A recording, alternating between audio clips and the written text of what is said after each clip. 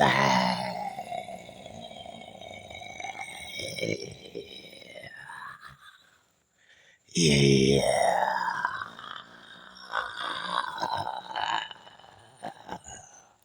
Cause, hi. Yeah, people. Yeah. We here. A lot of things be going on, right? Let me see if I could get these words off. Right here, that's looking much better. Um, so there's this race war be going on, and I'm so sick and tired of it, and it's all over the net. Like a lot of unfair treatment being exercised against my people, my dark skinned people, black people. And even though we're all are one and one for all, you know what I mean? And I would definitely advocate for any other race that I see is treated unfairly, right? Um, I won't ever support no one getting treated unfairly. Well, I definitely have to make this my business. I feel obligated to speak on these issues and highlight these issues and add my 2 cents to these issues. You know what I'm saying? So we got a post from It's On Site. Yo, that sounds gangster. And it seems like this account is a respectable news source, you know what I mean? Like it's on site. Yeah, so let us just read through this post caption in here and see what it says before we play the video. Now it says emergency call from boat that left without Nolan Wells reportedly claim everyone was on board. Right? So where my manners, blessed and honor to you all, and we're on the topic of Nolan Wells, right? Nolan Wells. Right. Condolence to his family and everyone who truly cares about Nolan Wells' being, you know what I mean? Nolan Wells' well-being. Yeah. Um, it seems like such a pure, beautiful soul. You know what I mean?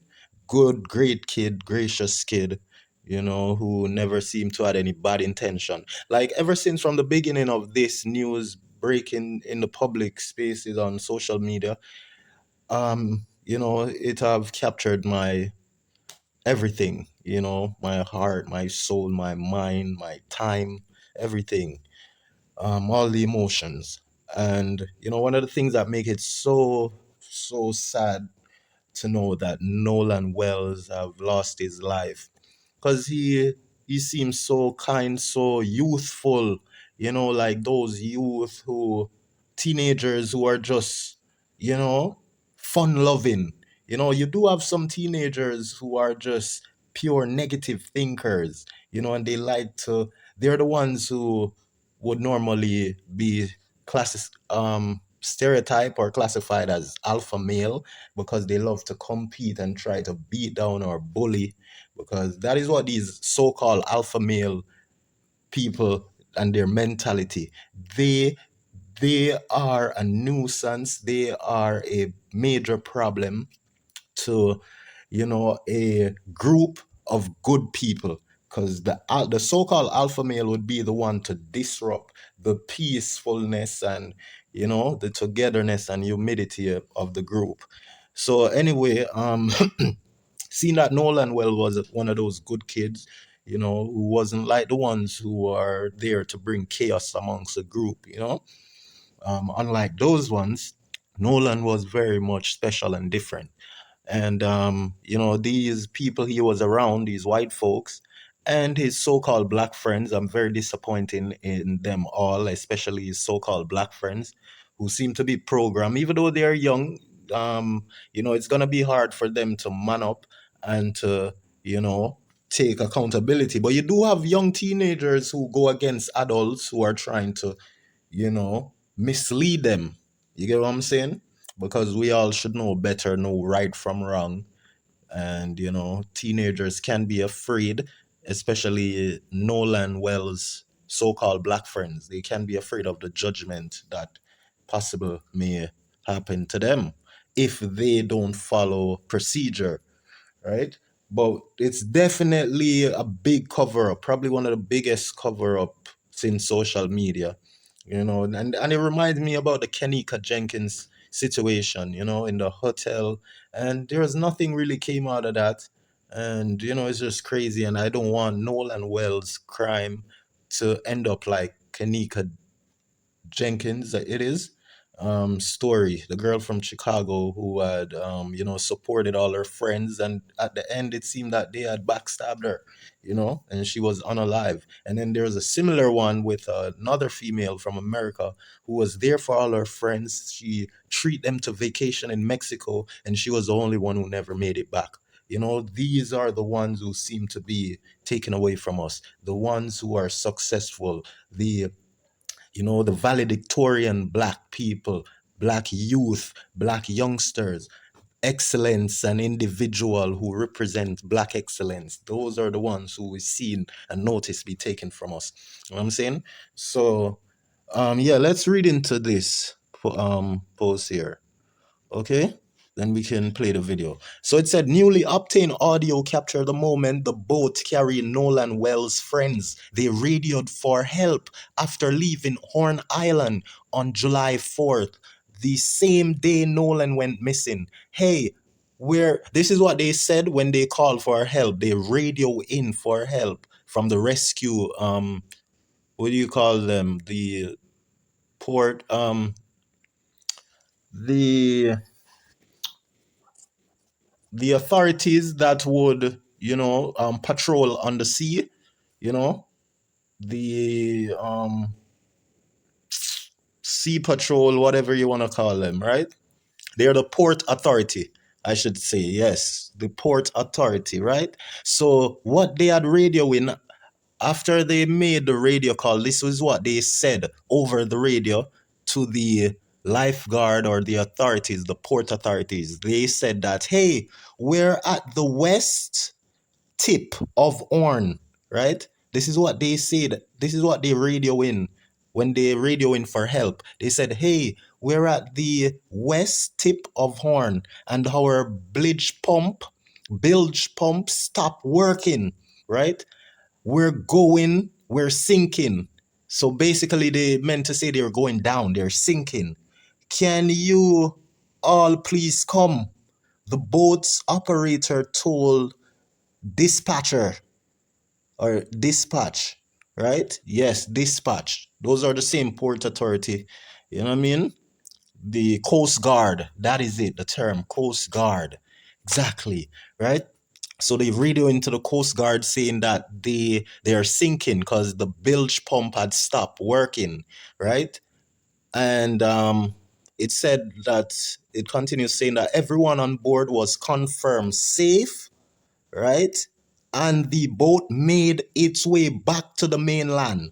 GPS data obtained separately shows the boat left the island around 4:31, right around the time the distress call went out. Nolan's family, represented by attorney Ben Crump, is still demanding answers about what happened to Nolan after his friends left without him, right? Because they made a call for help from the Coast Guard, right? And the call went, let's see if we can see what time the call went out. It only says the date, but I don't see any time. July the 4th, the same day, Nolan friend. Um, yeah, they don't have the time, but they're saying that GPS data obtained separately shows the boat left the island around 4:31 p.m., right? Right around the time the distress call went out. So, 4:31 p.m. in the evening, right? Um, that was when their boat left Orn Island. But at the same time, that was when they made the call. And to me, how I see this, it's a plot. They made that call not because they are in any distress or it's a lie. No bilge pump had stopped working. That was the plot to unalive Nolan Wells, okay? And this is what real criminal and serial unalivers do. They put out some call to try cover their tracks, okay? But it seems that these white folks who are involved and possibly Nolan's black friends possibly are involved, right? So all who are involved, right? They use this as a tactics, as a stunt, right? But they possibly, it seems, never thought or never knew that the story would blow up, and shout out to the black people and a lot of white people as well assist with um they promote it and spread the news, and talk about it, and they made it into something. So shout out to everyone over social media who ran with the story and exposed it on their pages.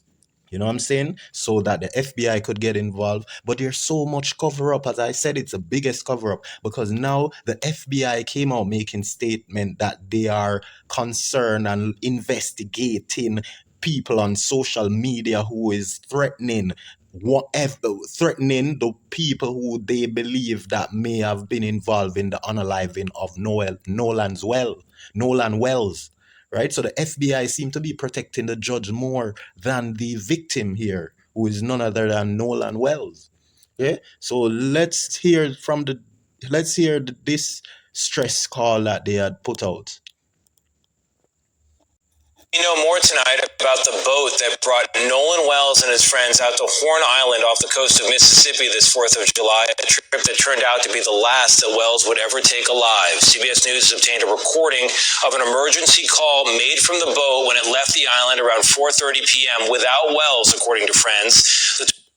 Now, I just heard the news reporters saying that um, it was the last ride Nolan Wells made before the distress call was put out, right? Like, let's listen to that again, bro, because that seems as if we're getting somewhere. We know more tonight about the boat that brought Nolan Wells and his friends out to Horn Island off the coast of Mississippi this 4th of July, a trip that turned out to be the last that Wells would ever take alive. Okay, so it was on that day, as we read, that Nolan Well went missing, and it was the same day the distress call was placed. So it's definitely tying up some knots here, you know, or some loose ends. We're getting somewhere. CBS News obtained a recording of an emergency call made from the boat when it left the island around 4:30 p.m. without Wells, according to friends. The 23-foot boat had 7 people on board, according.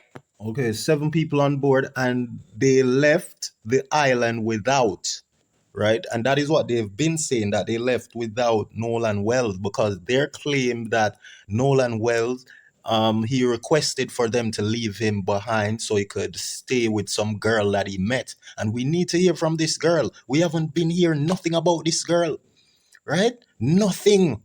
She's like a ghost. All these white folks appearing like a ghost. To the caller who said the boat was taking on water and sinking. Hey, we're at the west tip of Horn, and our village phone stopped working. We're sinking. Can you all please come? GPS record. Now, if you listen to the sound of that call, they're saying that their boat is taking in water and is sinking. 7 people on board. Can you help? Now, does that sound like anyone who is seriously concerned about them going down underwater? That sounds so subtle, so calm, so peaceful. That doesn't sound like any distress call at all. You know what I'm saying? So they need to be investigated, those people on the boat, all those 7 on the boat. This is like Brayton 7. It's a serious crime that had occurred here in Jamaica in the early 2000s, where a famous police officer who is known for going in the most dangerous areas here in Jamaica, where the most grimy of killers and murderers and criminals were. This police, Renito Adams, go look him up. And there's this case that is known as the Brayton 7, where he ran into the area of St. Catherine of Jamaica. right? St. Catherine is the parish, and Brayton, right, is a place. Brayton is a place in St. Catherine, in a place called Portmore, right? Yes, so that was where the police officer, popularly known as Renito Adams, had unalived 7 people. The Brayton Seven, and he got away scot free. And we heard that they were very young. These kids were young. The cops said they had guns, no body cams to prove anything. You know what I mean? So we just lost a complete 7 people, youngsters too.